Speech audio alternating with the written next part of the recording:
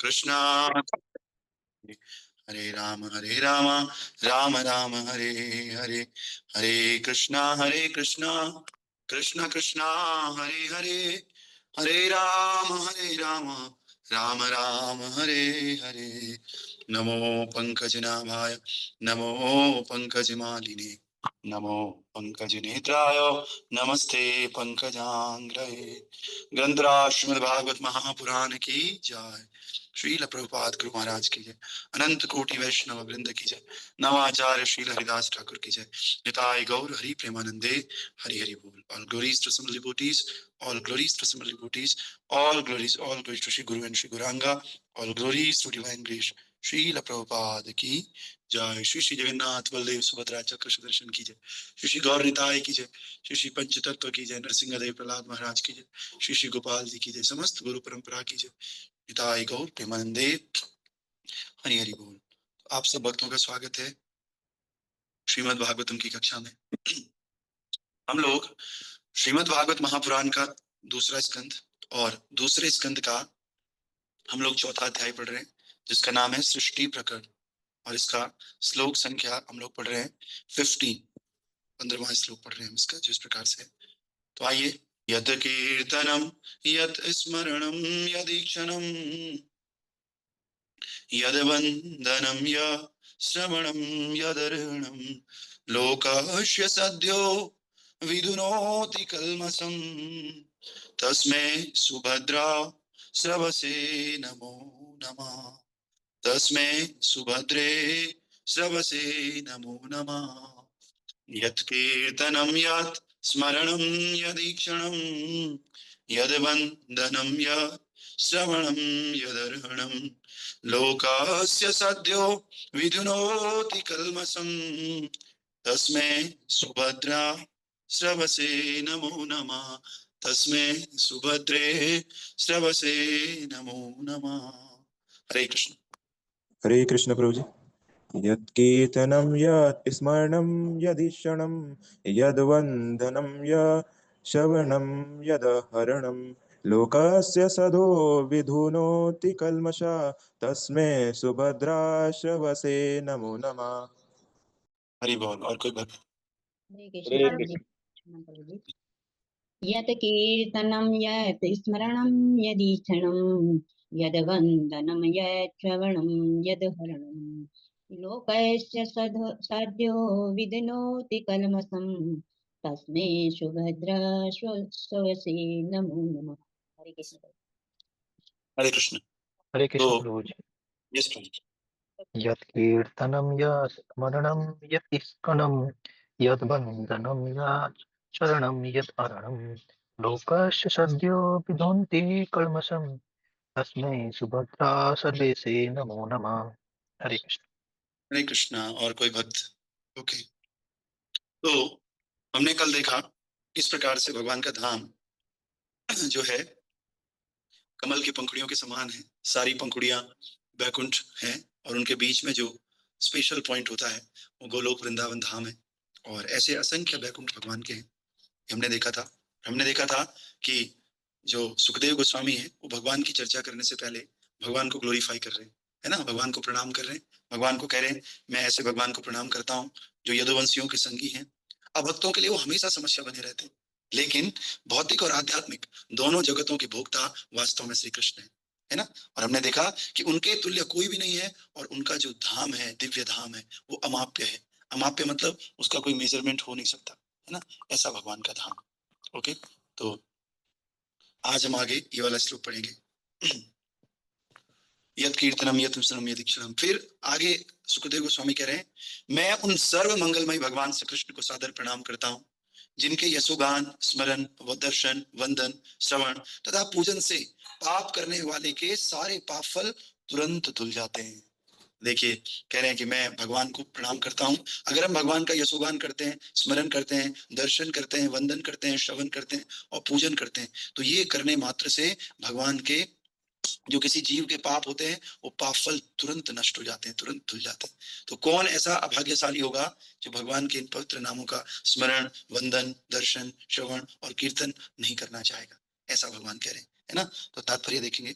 तात्पर्य बाय अर्चनीय वंदनीय प्रातः स्मरणीय जगत गुरु श्रील प्रभुपाद जी द्वारा श्रील प्रभुपाद की जय। प्रभुपाद बता रहे तात्पर्य में, यहाँ पर सर्वोच्च अधिकारी श्रील सुखदेव गोस्वामी द्वारा समस्त पापों के फलों से मुक्त होने के लिए उत्कृष्ट धार्मिक कृत्यों का सुझाव दिया गया है। कीर्तन, और कीर्तन का अर्थ होता है भगवान का यशोगान, और ये कई प्रकार से किया जा सकता है। हम लोग समझते हैं कीर्तन का मतलब मृदंग ले लो, करताल ले लो और गाने लग जाओ, ये भी कीर्तन है, लेकिन कीर्तन का केवल यही मतलब नहीं है। कीर्तन का मीनिंग है भगवान का यशोगान करना, और इस यशोगान को आप कई प्रकार से कर सकते हो। जैसे भगवान का स्मरण कर रहे हो तो वो भी कीर्तन है। अर्च विग्रह का दर्शन करने के लिए अगर मंदिर में जा रहे हो तो वो भी एक तरह का कीर्तन है। और भगवान के समक्ष प्रार्थना कर रहे हो तो वो कीर्तन है। श्रीमद् भागवत या भगवत गीता में भगवान की जो महिमा है उसका वर्णन कर रहे हो तो वो भी कीर्तन है ना। और मधुर संगीत के साथ भगवान का यश गान, जो कि रियल कीर्तन, जिसको हम कीर्तन समझते हैं, वो भी एक तरह का कीर्तन है ना। और भक्तों को चाहिए कि वे भगवान की सदैव अनुपस्थिति से निराश ना हो, भले ही वे अपने आप को उनकी संगति में ना पा रहे हो।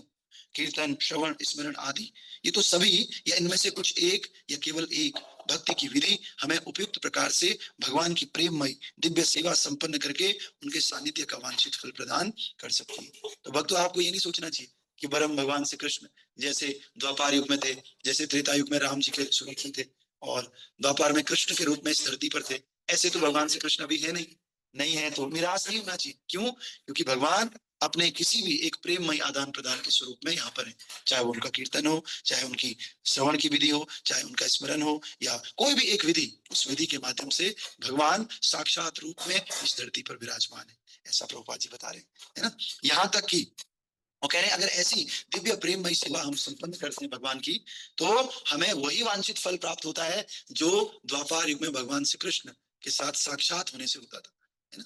तो इस प्रकार से यहाँ तक कि श्री कृष्ण या श्री राम के पवित्र नाम के उच्चारण मात्र से वायुमंडल आध्यात्मिकता से परिपूर्ण हो उठता है। भगवान का नाम अगर हम करते हैं ना, तो पूरा वायुमंडल पुलकित हो उठता है, वातावरण में एक अजीब प्रकार की सुगंधी फैलने लगती है।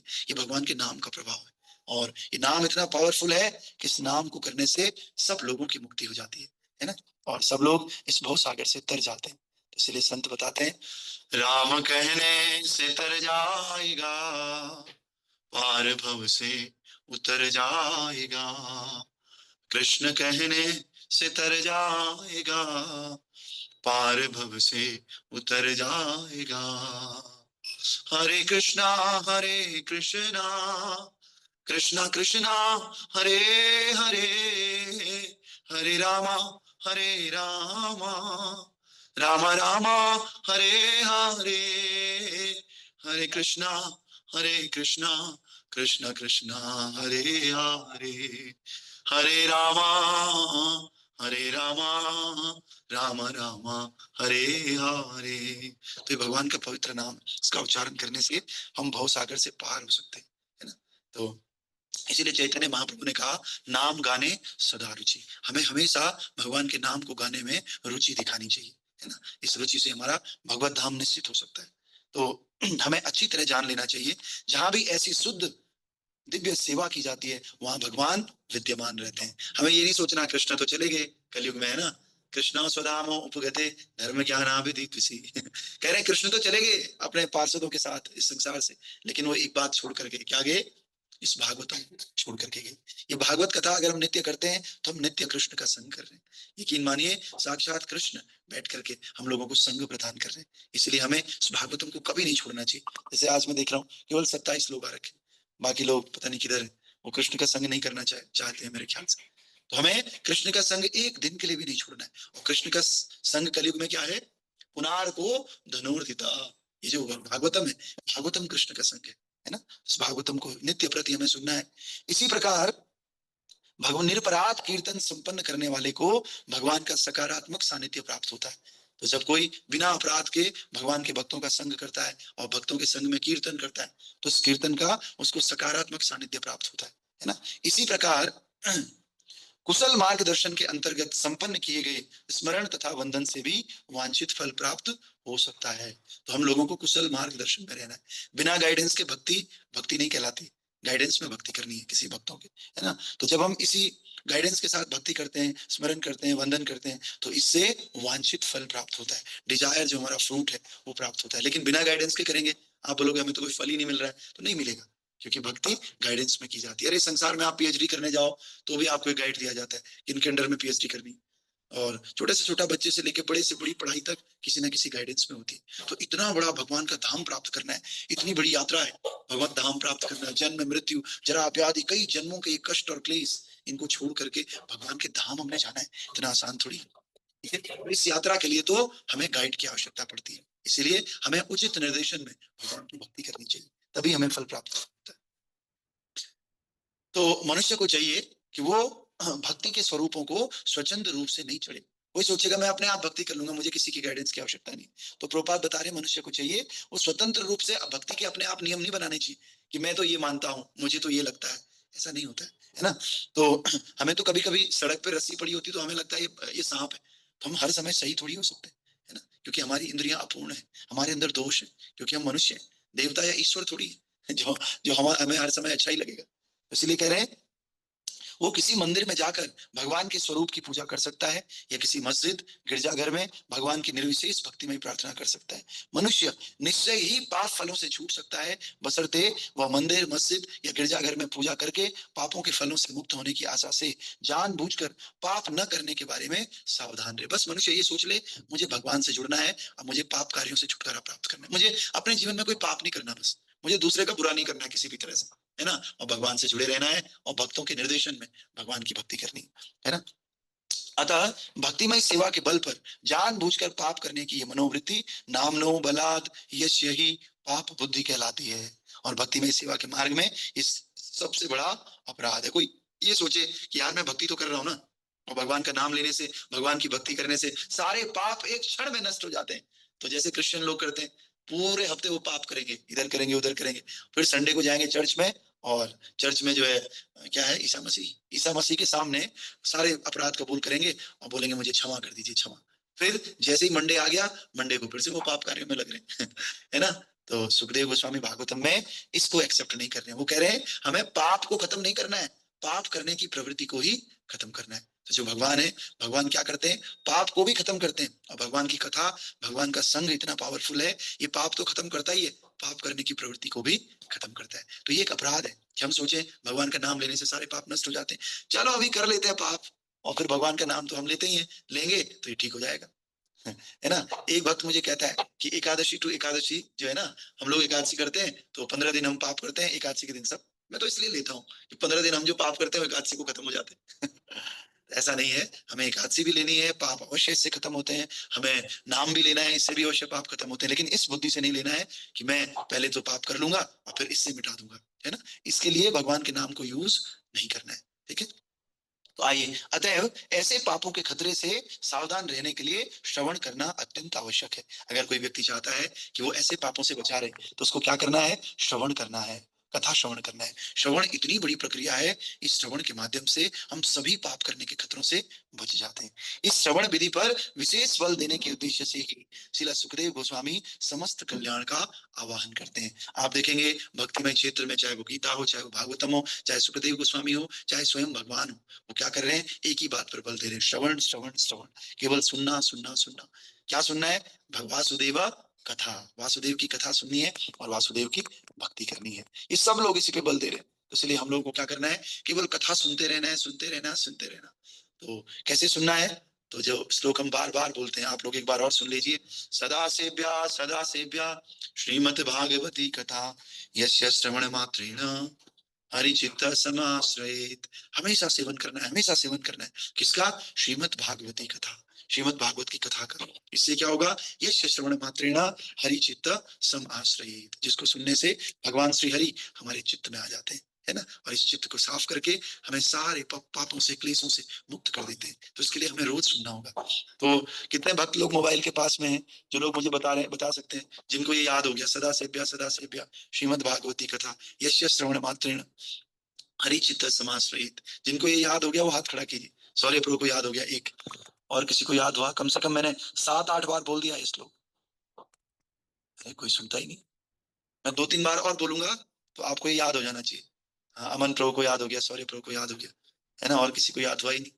तो क्लास में रेगुलर आइए और कुछ ना कुछ सीखने का प्रयास कीजिए। एक श्लोक भी अगर याद हो गया ना, उसका उच्चारण भी कर दिया, हमारा जीवन सफल है ना। ये बहुत महत्वपूर्ण श्लोक है। हमारी जो सुबह की क्लासेस चल रही है भागवतम की, आप समझिए कि उसके लिए ये श्लोक बड़ा इंपॉर्टेंट है, सबको याद होना चाहिए। सदा सेव्या श्रीमद् भागवती कथा, बहुत आसान है। यश श्रवण मात्रेण हरि चित्त समाश्रयित, ये भागवत पुराण की महिमा है, उसका महात्म्य है, उसका श्लोक है ना।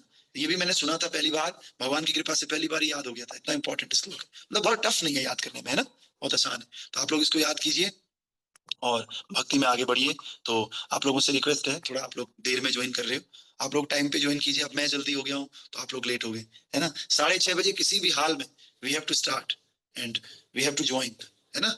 6:30 किसी भी हाल में 6:32-33 पे मैं आ जाता हूँ। और ऑनलाइन जपा तो खुला रहता है, आप लोग जपा कर सकते हैं। शोभित प्रभु का आपको दर्शन होता है, तो आप लोग ऐसा करो, करके फिर भक्ति में आगे बढ़ो, है ना। हरे आइए। कृष्ण जी, धन्यवाद प्रणाम प्रभु जी। यस माता जी। दोबारा बोलिए प्रभु जी ये श्लोक। सदा सेव्या 2 बार, सदा सेव्या श्रीमद् भागवती कथा, बस श्रीमद् भागवती कथा। यस्या श्रवण मात्रेण हरि चित्त सम आश्रयित। इसको हम भेज भी देंगे, इसको भेज देंगे, है ना। सौर्य प्रभु कुछ कहना चाह रहे हैं। हरे कृष्ण प्रभु जी, प्रभु जी, आज के मतलब जैसे श्लोका में था कि भगवान सर्विस से बहुत ज़्यादा इम्प्रेस होते हैं, तो भगवान को और गुरु को सबसे अच्छी सर्विस कौन-सी लगती है? मतलब जिससे वो एकदम से बहुत अच्छे से इम्प्रेस हो जाए? सबसे अच्छी सर्विस लगती है श्रवण, भगवान की कथा सुनना। क्योंकि सुनेगा तो सुन के क्या करेगा, सेवा भी अच्छी करेगा, जब भी अच्छा करेगा और प्रचार भी अच्छी करेगा। भगवान को तो गीता में कहते ही है कि जो व्यक्ति प्रचार करता है, जो व्यक्ति लोगों को मेरे संदेश के बारे में बताता है, वो मुझे सबसे अच्छा लगता है। लेकिन आप ही बताओ, प्रचार कौन करता है? वही करता है जिसने अच्छे से सुना होगा। खुद ही नहीं सुना होगा, क्या प्रचार करोगे, है ना। तो आप जब भगवान की कथाओं को, भगवान की फिलोसफी, दर्शन, भगवान का मैसेज दूसरों तक पहुंचाते हो, तो भगवान को ये सेवा सबसे अच्छी लगती है। लेकिन ये सेवा तभी हो सकती है जब आपका श्रवण अच्छा है ना। तो इसलिए आप अच्छा श्रवण करते हो, अच्छा आचरण करते हो, ये सब चीजों से भगवान खुश होते हैं। तो हमको बस श्रवण करना है, अच्छा, है ना। श्रवण करेंगे तो बाकी चीजें धीरे धीरे खुद हो जाएंगी, है ना। तो आप लोगों की कृपा से आज गला भी ठीक है, तो ऐसे ही हम आगे करते रहेंगे रोज। अभी हम मंगला आरती करेंगे और मंगला आरती करके अभी इस महीने में तो सेल है। जितने भी हमारे आचार्य हैं, भगवान के भक्त हैं, हाँ ये भी है भक्तों की सेवा। जो सुनेगा बार बार सुनेगा कि भक्त ज्यादा इंपॉर्टेंट है, भक्त भागवत ज्यादा महत्वपूर्ण है, तो इनको सुनने का महीना है। इस महीने में अभी गोपाल भट्ट गोस्वामी का भी तिरुभाव दिवस है, फिर रूप गोस्वामी का भी तिरुभाव है, सनातन गोस्वामी का भी तिरुभाव है। सारे हमारे आचार्यों का तिरुभाव इसी चतुर्मास में होता है। जानबूझ करके ये लोग चतुर्मास में अपना शरीर छोड़ते हैं, क्योंकि आध्यात्मिक उन्नति के लिए ये चतुर्मास बड़ा अच्छा माना जाता है ना। तो मीनाक्षी किशोरी माता जी, हरे कृष्णा। हरे कृष्णा प्रभु जी, दंडवत प्रणाम। प्रभु Yes, जी, श्लोका भागवतम के कौन से अध्याय का है? पहले कैंटो का ही? नहीं नहीं, ये भागवतम का नहीं है। हाँ, ये दूसरे स्कंद का है, ये सॉरी किसी दूसरे पुराण का, स्कंद पुराण का है। दूसरे पुराण का। तो प्रभु जी अभी ये जो हम जो ग्रुप अटेंड कर रहे हैं, इसमें हम चैट पे कुछ लिख नहीं सकते? मेरे को तो दिखा रहा है नॉट डिसेबल। ग्रुप मींस ये गीता क्लासेस।